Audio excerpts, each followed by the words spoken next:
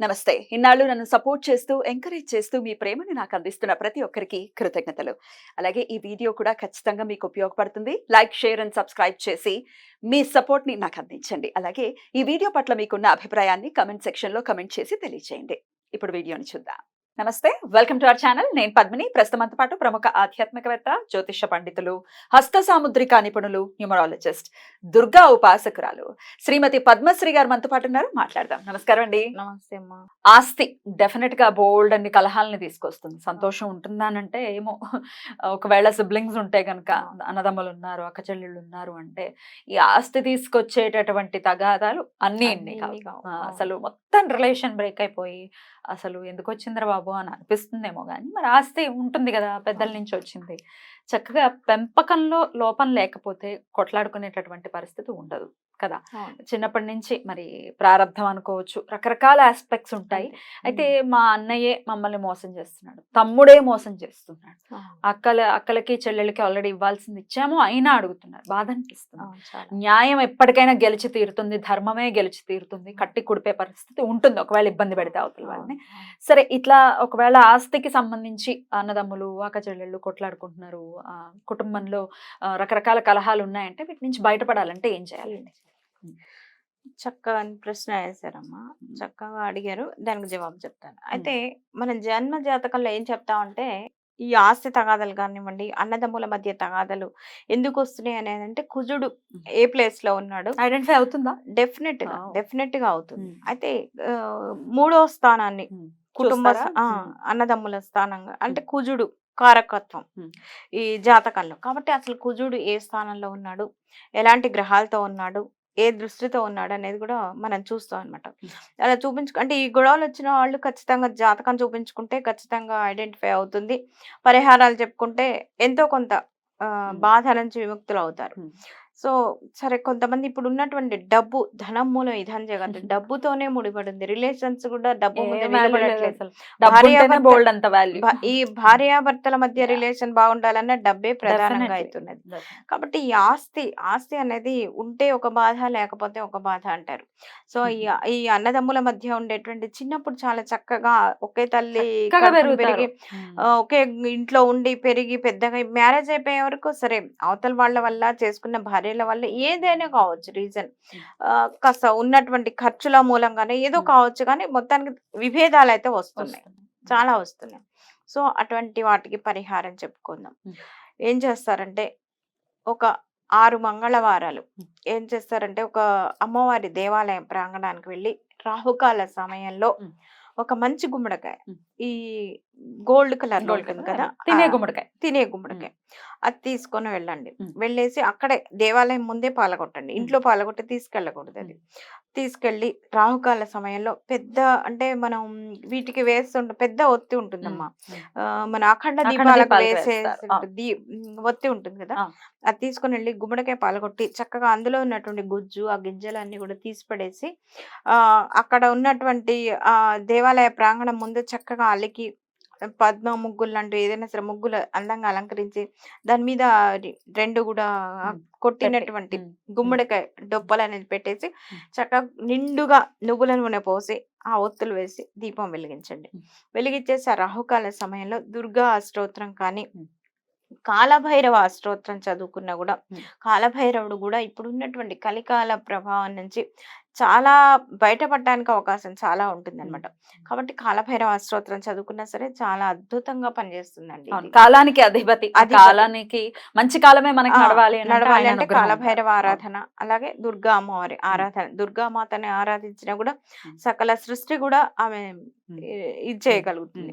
కాబట్టి అమ్మవారి ఆరాధన చేసుకుని చక్కగా ఏం చేస్తారంటే, ఒక మోదుగాకులో ఏదైనా సరే స్వీట్, అంటే ఏదైనా సరే ఇంత ఒక ప్రత్యేకమైనటువంటి దీపాలు కానివ్వండి, ప్రత్యేకమైనటువంటి పూజలు చేసినప్పుడు అలాగే నైవేద్యాలు పెట్టవలసి ఉంటుంది అనమాట.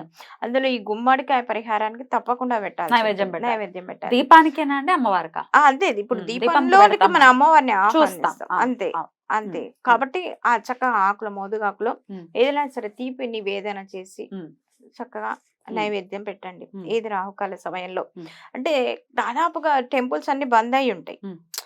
3:30 అంటే అదే అటు ఇటుగా మంగళవారం టైం. మధ్యాహ్నం వస్తుంది. మధ్యాహ్నమే అవును. వస్తుంది. కొన్ని దేవాలయాలు తీస్తారు. రాహుకాల టైంలో ఉంటుంది. తీస్తారు. అవును. కొంతమంది దేవాలయాలు కొంతమంది తీయరు. పాపం అవును. పూజారులు అప్పటి వరకు చేసి ఉంటారు కాబట్టి క్లోజ్ గానే ఉమ్, ఉంటుంది. అయినా సరే దేవాలయం బంద్ ఉన్నా సరే అలా చేసుకొని రావచ్చు. ఆ ఉమ్, పరిహారం మీరు చేసుకొని రావచ్చు. ఉమ్. అయితే చేసేసి ఇంట్లో చేయడానికి కుదరదండి. ఇంట్లో చేయకూడదు ఉమ్, అది. ఎందుకంటే దేవాలయం యొక్క ప్రత్యేకత అది వేరే ఉంటుంది. ఉమ్, మనం ఇంట్లో 100 సార్లు చేసిన దేవాలయంలో ఒక్కసారి చేసిన ఆ పరిహారం అనేది అది వేరే ఉంటుంది. ఆ కరెక్ట్ రిజల్ట్ అనేది. కరెక్ట్. కాబట్టి దేవాలయాల్లో చేస్తేనే ఏ పరిహారం అయినా సరే. ఉమ్, నేనేం చెప్తానంటే ఏ పరిహారం చేసుకున్నా మీరు దేవాలయానికి వెళ్లి చేసుకుంటేనే దానికి ఒక ప్రత్యేకమైనట్టు అంటే ఆ రిజల్ట్ అనేది మీకు ఖచ్చితంగా రావడానికి అవకాశం ఉమ్, ఉంటుందన్నమాట. ఉమ్, అలా చేసుకొని చక్కగా మీరు ఉమ్, ఇంటికి వచ్చేటప్పుడు ఎక్కడైనా సరే దారిలో కుక్కలు కనిపిస్తే బెల్లం ముక్క ఉమ్, లేదా ఏదైనా స్వీట్ ఉమ్, తింటే ఏది తింటే అది మీరు స్వీట్ అయినా సరే తినిపించి ఉమ్, మీరు చక్కగా ఇంటికి వచ్చేయండి. ఉమ్, ఇంటికి వచ్చిన తర్వాత కాళ్ళు కడుక్కొని లోపలికి వచ్చేయండి. ఉమ్, ఇలా 6 వారాలు గాని 7 వారాలు గాని అంటే మీకు ఆ సంఖ్య అనేది మీ వసతిని బట్టి ఉమ్, మీ ఉమ్, వీలుని బట్టి ఉమ్, కానీ ఖచ్చితంగా 6 సార్లు గాని 7 సార్లు గాని చేసుకోవాల్సి ఉంటుంది. ఉమ్, ఇలా చేసుకొని కుక్కకి నివేదన చేసి ఉమ్, అలాగే దీపాల ముందు ఈ ఉమ్, మోదుగాకు ఉమ్, ప్రసాదం గనక పెట్టి ఉమ్. దాన్ని మళ్ళీ వచ్చినట్టయితే మనం స్వీకరించవచ్చా? స్వీకరించొచ్చు. ఉమ్, ఎందుకంటే అది ఉమ్, దేవుడికి నివేదన చేసింది పెట్టింది. కాబట్టి అవును. అమ్మవారి నివేదనే కాబట్టి శుభ్రంగా ఆ, మీ కుటుంబ సభ్యుల వరకు స్వీకరించవచ్చు. ఉమ్, అది తీసేసుకొని మీరు వస్తూ వస్తూ కుక్కకి అంటే కాలభైరవుడు కాలువ. సాక్షాత్తు ఆ, కాలభైరవుడే ఉమ్, కుక్క. ఉమ్, కాబట్టి ఆ కాలభైరవుడికి స్వీట్ తినిపించినట్టయితే ఉమ్. చాలా అద్భుతమైనటువంటి పరిహారంగా చెప్పవచ్చు. అయితే Right. ఈ పరిహారాన్ని చేసుకున్న వాళ్ళు అన్నదమ్ముల మధ్య కుటుంబ సభ్యుల మధ్య ఉమ్, సఖ్యత పెరిగిన వాళ్ళు కూడా చాలా మంది ఉన్నారు. ఓకే. మరి ఏమంటారు కత్తులు తీసుకొని పొడుచుకునేటువంటి స్టేజ్ నుంచి కనీసం మాట్లాడుకునే స్టేజ్ మాటల యుద్ధం వరకు ఉమ్, జరిగినా చాలు. Right. అక్కడికి మామూలు ఉన్నట్టే మార్పు అయితే పరిస్థితి. వస్తుంది మార్పు అని అయితే చెప్తున్నారు. వస్తుంది డెఫినెట్ గా. Right. ఇంకా మీరు ఎంత భక్తి శ్రద్ధగా ఆ పరిష్కారం వచ్చేంత వరకు చేసుకుంటే ఇంకా అద్భుతంగా ఉంటుంది. ఉమ్, ఉమ్. కాబట్టి ఈ ఖచ్చితంగా. పరిహారాన్ని చేసుకున్నట్టయితే అద్భుతంగా ఉంటుంది. Right. చేసుకోండి. రైట్, తప్పకుండానండి. అయితే ఒకవేళ ఆడవాళ్ళు చేస్తున్నట్టయితే ఆడవాళ్ళు నన్ను గుమ్మడికాయని కొట్టద్దు అని చెప్తూ అవును, ఉంటారు. అవును. ఎవరి హెల్ప్ అయినా తీసుకొని దాన్ని కొట్టించుకునే. అందుకే ఉమ్, దంపతులు ఇద్దరు వెళ్ళాలి. ఉమ్. ఓ, దంపతులు ఇద్దరు వెళ్ళి ఉమ్. మగవాళ్ళు మరి ఒకవేళ మగవాళ్ళు రారండి మా మగవారు రావాలా లేని సరే. పక్షాల్లో ఇంకా ఉమ్, అక్కడ ఉమ్. ఎవరితోనైనా సరే కొట్టించి కొట్టించి చక్కగా చేసుకోవచ్చు. చేసుకోవచ్చు. Right right. అద్భుతం అండి. అయితే ఇంకా గుళ్ళోనే వదిలేస్తాం. ఇంకా గుమ్మడికాయని ఎలాగో అవును, అవును. తెచ్చుకోం కాబట్టి గుళ్ళోనే ఉమ్. వదిలేస్తాం. రైట్. ఇట్లా చేసుకుంటే సిబ్లింగ్స్ మధ్య ఉండేటటువంటి ఇబ్బందుల నుంచి ఖచ్చితంగా చాలా చాలా బయటపడవచ్చు. మంది బయటపడ్డ వాళ్ళు కూడా ఉన్నారనమాట. ఉమ్, ఉమ్. ఈ పరిహారం చాలా అమోఘంగా అద్భుతంగా పనిచేసిన వాళ్ళు ఉన్నారు. ఉమ్.